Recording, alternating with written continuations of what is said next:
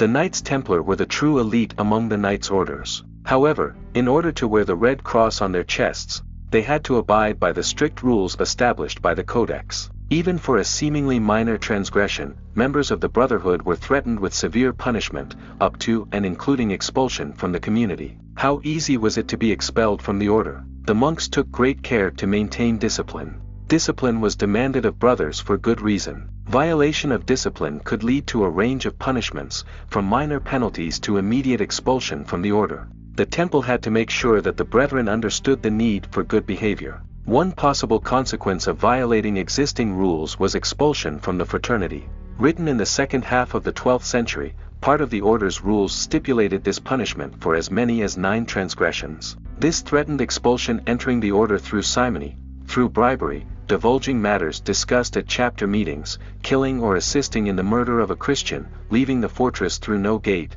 plotting, joining Saracens, heresy, and abandoning the flag and fleeing cowardly from Muslims. As one can easily see, as many as 5 of the offenses on the list involved issues related to crusading. And while in most cases the question is clear, you may be wondering, what does leaving the fortress other than through the gate include? A monk who left the castle by a route other than the established one could be considered a thief. The problem of robbery was taken very seriously at that time and detailed in the rules what could and could not be taken out of the house. Taking out weapons, armor, and other related items was forbidden. It is worth adding that the Templars did not particularly believe in extenuating circumstances. Even if a monk broke the rule under duress, he was still to suffer severe punishment. Such was the fate, for example, of Brother Roger Herman, who was taken prisoner in Gaza. The Muslims forced him to swear allegiance to the Prophet.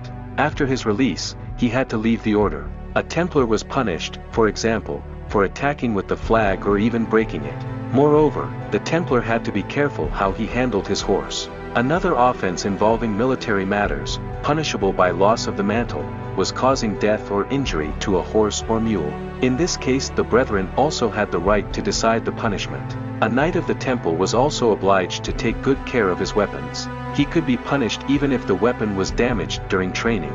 There is the story of the Templar of Montpellier, who, after breaking his sword, had to travel all the way to the Holy Land to beg forgiveness. Knights who squandered valuable supplies were also treated harshly. The commander at Acre was painfully aware of this when he bought wet wheat and immediately put it in the granary. He ignored the warning that the grain might go bad.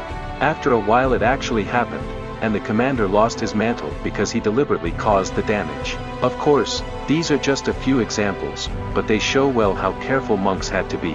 After all, the rule provided for as many as 36 instances in which a Templar faced punishment.